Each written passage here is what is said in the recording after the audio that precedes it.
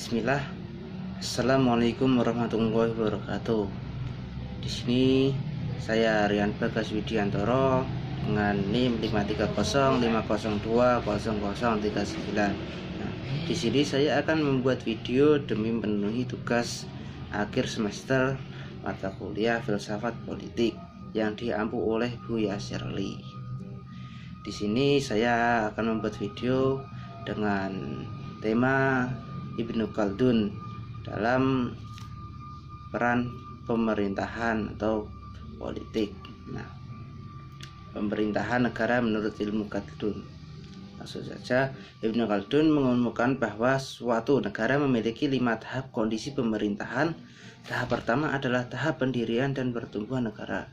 Para pendiri negara memiliki sifat fanatisme dalam perjuangan dan pertempuran dalam memperoleh kekuasaan. Pembagian kekuasaan di antara para pejuang ini dilakukan melalui kesepakatan bersama. Tahap kedua adalah tahap monopoli kekuasaan oleh para diktator. Para pemimpin saling berebut kekuasaan untuk dimiliki olehnya bersama dengan keturunannya. Dalam kekuasaan ini, para diktator berusaha memperoleh nama baik, kekuasaan dan jabatan penting dalam negara. Tahap ketiga adalah masa kekosongan dan ketenangan. Pada tahap ini, pemimpin negara hanya mengumpulkan hasil dari kekuasaannya. Tahap keempat merupakan tahap peniruan dan ketundukan pada para pemimpin terdahulu pada masa terdahulu. Pada masa ini, muncul keyakinan bahwa tradisi dari pemimpin terdahulu merupakan suatu bentuk kebaikan. Tahap kelima adalah masa pemborosan dan pembentukan pertemanan yang buruk. Pada tahap ini, orang-orang yang memberikan nasihat bijak akan diasingkan.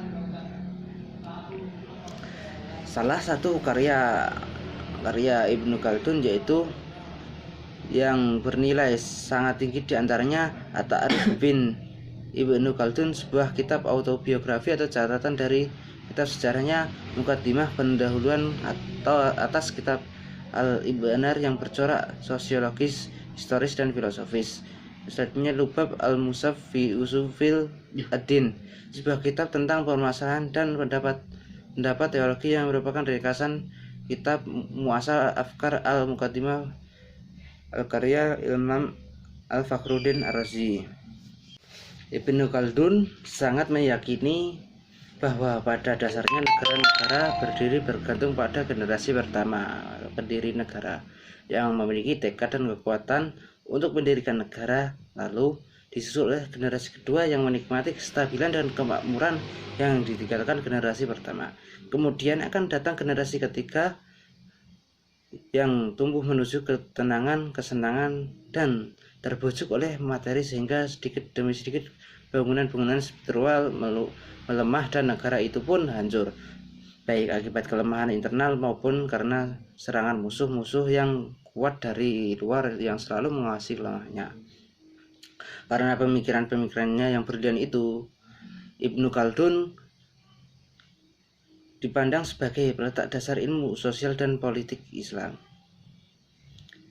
Dasar pendidikan Al-Quran yang diterapkan oleh ayahnya menjadi Ibnu Khaldun mengerti tentang Islam dan giat mencari ilmu keislaman sebagai muslim dan penghafal Al-Quran, Al-Hafidh.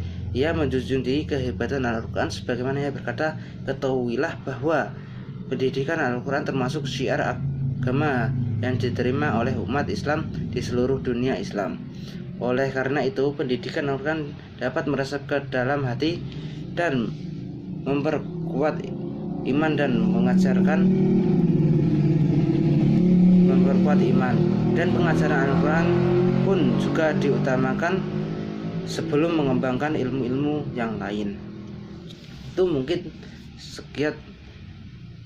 mungkin sedikit kilasan dari tokoh Ibnu Khaldun tentang pemerintahan atau politik. Sekian penjelasan dari saya. Apabila ada salah kata mohon dimaafkan, dan saya sangat berterima kasih kepada Bu dosen Buya Shirley yang telah mengampu saya selama 1 semester. Apabila saya ada salah, mohon dimaafkan. Wassalamualaikum warahmatullahi wabarakatuh.